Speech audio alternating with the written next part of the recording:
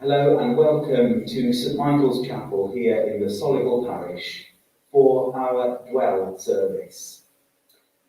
Whether you're watching this with us live on Wednesday or at a later time that suits you better, welcome. It's really good to join you for this act of worship. So we gather today to pause for a few moments, to reflect, to listen, and to become aware of God's presence with us at this point in the day. We gather also to breathe in the life that God gives us and to receive God's blessing. So at our Dwell service, we begin by becoming aware of our breath, the breath of life that God gives to us. Aware of that breath rising and falling within us moment by moment. The breath which connects us to the world around us, to nature itself, and to each part of ourselves, our bodies, mind and spirit. The idea of centering and becoming silent has its roots in very early monastic traditions of the desert fathers and desert mothers in the first few centuries, and also the Christian mystic tradition. This relaxing into quietness creates the space for us to listen at a little bit of a deeper level and to draw into ourselves and into God. So let us take a moment now to become aware of our breath, of the breath rising and falling within us.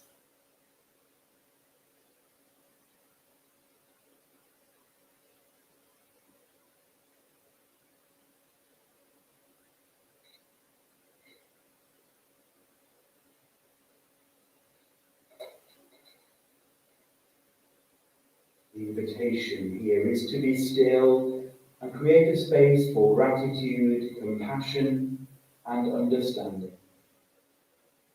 That we draw our breath, knowing we are welcomed and valued here in God's presence. We draw our breath that we may be at peace with ourselves, with God, and those with whom we are connected. So let us continue to be aware of our breath for a few moments longer, and I'll bring that time of quiet to an end by sounding the singing bowl.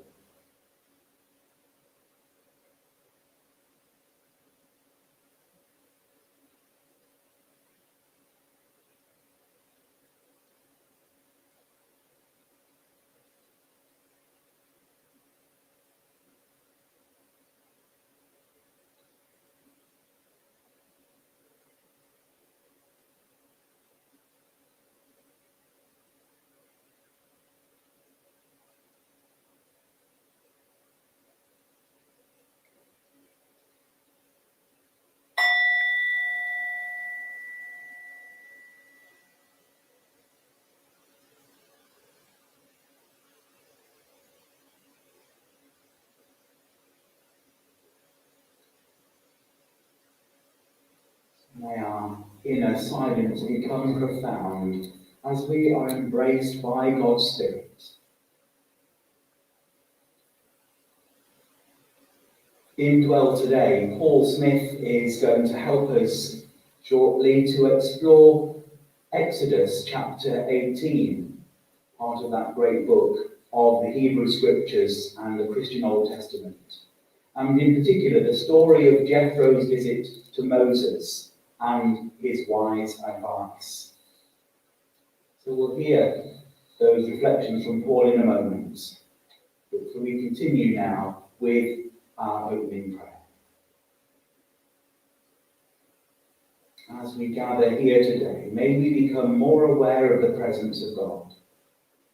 May we see this in the presence of one another, hear it in music and in the scriptures, and experience it as we give and receive gifts of love.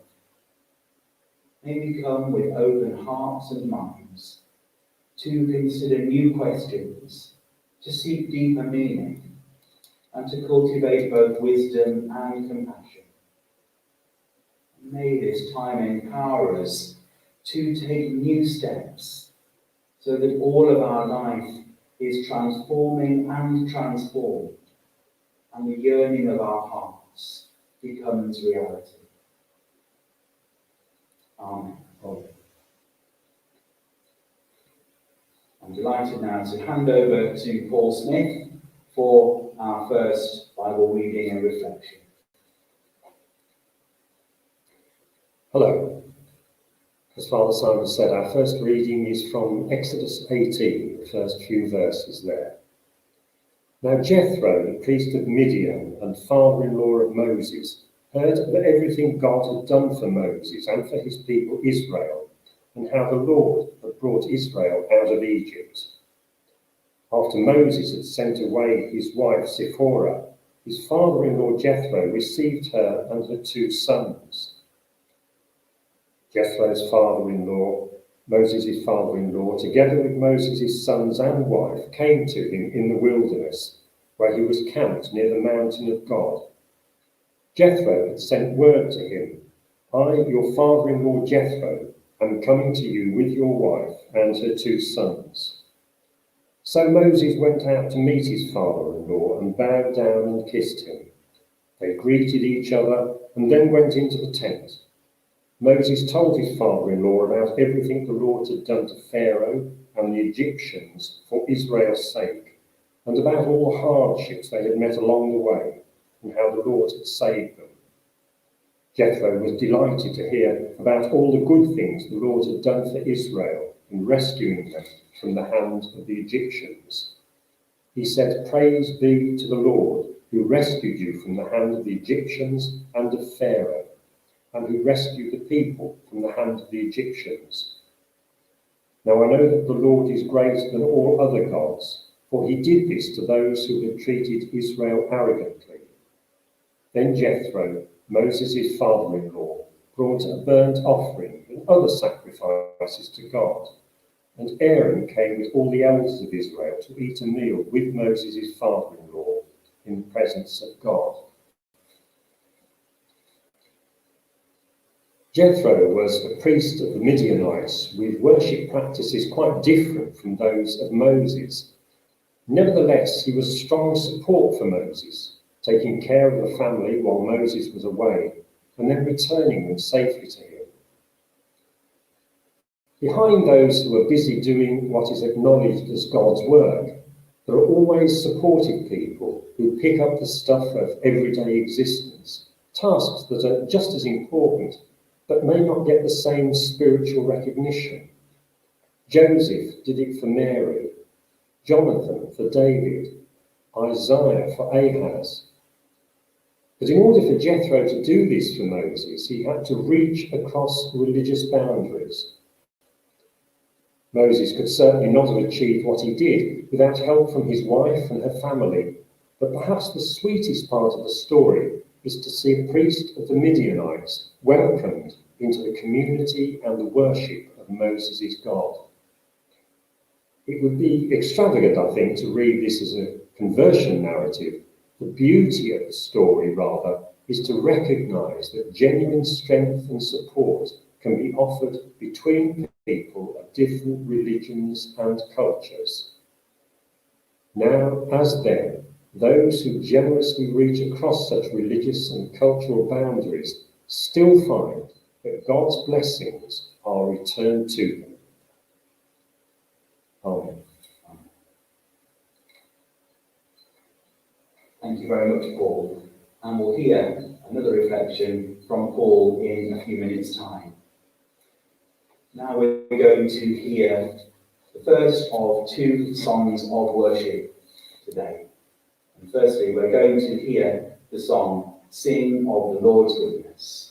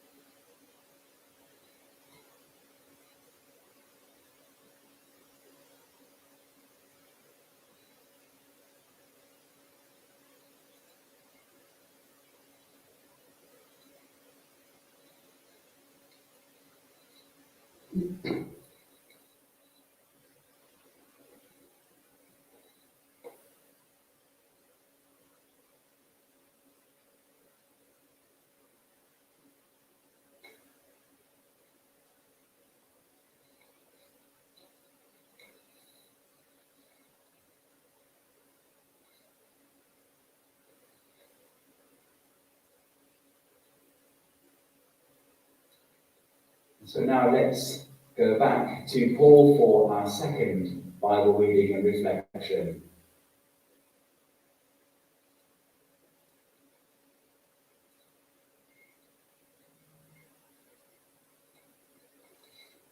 Our second reading continues in chapter 18 of the book of Exodus. The next day Moses took his seat to serve as judge for the people, and they stood round him from morning till evening. When his father-in-law saw all that Moses was doing for the people, he said, "What is this that you're doing for the people? Why do you sit alone as a judge while all these people stand round you from morning till evening?" Moses answered him, "Because the people come to me to seek God's will. Whenever they have a dispute, it is brought to me, and I decide between the parties and inform them of God's decrees and instructions." Moses' father-in-law replied, "What you're doing is not good. You and these people who come to you will only wear yourself out. The work is too heavy for you. You cannot handle it alone. Listen now to me, and I'll give you some advice, and may God be with you. You must be the people's representative before God and bring their disputes to him. Teach them his decrees and instructions, and show them the way they are to live and how they are to behave. But select capable men from all the people, men who fear God, trustworthy men who hate dishonest gain, and appoint them as officials over thousands, hundreds, fifties, and tens. Let them serve as judges for the people at all times, but let them bring every difficult case to you. The simple cases they can decide themselves. That will make your load lighter because they will share it with you. If you do this, and God so commands, you will be able to stand the strain, and all these people will go home satisfied." Moses listened to his father-in-law and did everything he said. Then Moses sent his father-in-law on his way, and Jethro returned to his own country. They always say that you shouldn't make decisions when you're tired or under serious pressure. The problem is, though, that jobs that demand important decisions also make you tired and put you under pressure. Moses was so tired he'd somehow slipped from resolving problems by calling directly on God to endlessly explaining the nitpicking detail of the law. Thank goodness for his father-in-law, who saw that Moses was so overburdened by multiplying administrative tasks, he was no longer doing what he was good at. Unsolicited advice is not always welcome, but Jethro had three things in his favour. First, he had a track record. He'd advised Moses before and proven himself trustworthy. Second, he had nothing to gain from the advice that he was giving. He was speaking without prejudice. Third, he spoke out of genuine care for Moses. The right person at the right time with the right words of wisdom can reach out to those who are working themselves into an early grave. If leaders are criticised harshly, it reinforces their lonely path. But critique brought with kindness and care is more likely to be received as a route to the better health of the whole community. With all this in place, there was still one final piece of the jigsaw. Moses listened. Let the reader understand. Amen. Well, thank you very much indeed for your reflections this morning. We'll now hear our second hymn of worship. We're going to hear the hymn, "Go Peaceful in gentleness.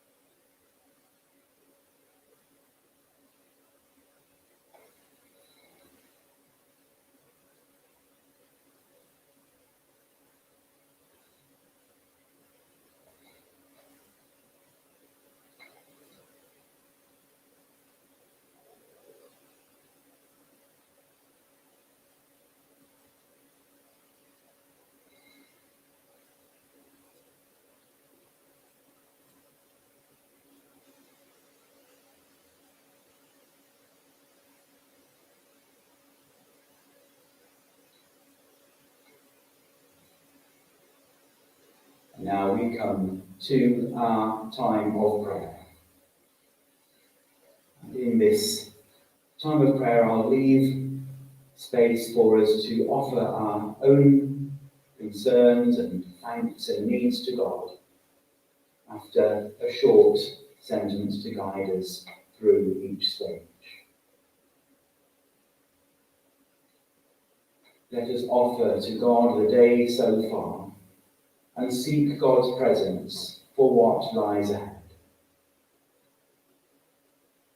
Firstly, we bring to God the concerns of this day.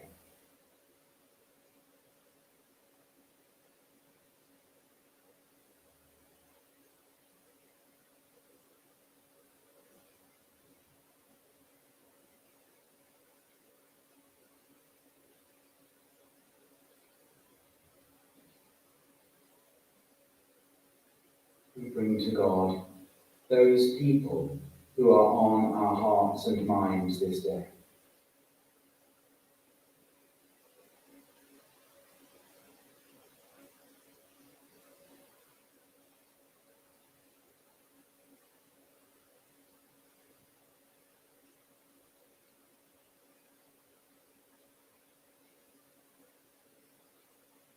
We bring ourselves and our own needs and concerns to God.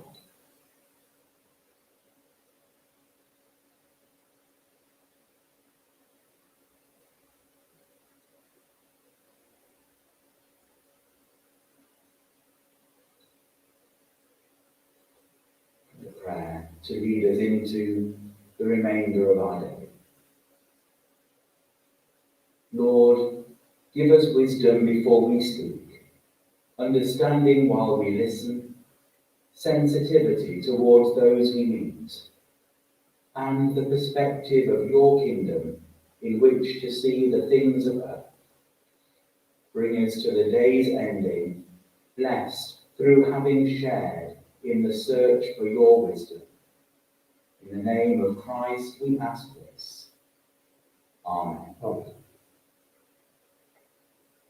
Thank you for joining us here at our Dwell service today. I hope that you can join us again sometime soon. And now may the blessing of God, Star Maker, friend maker, wisdom maker, make and remake you in the image of God. Amen.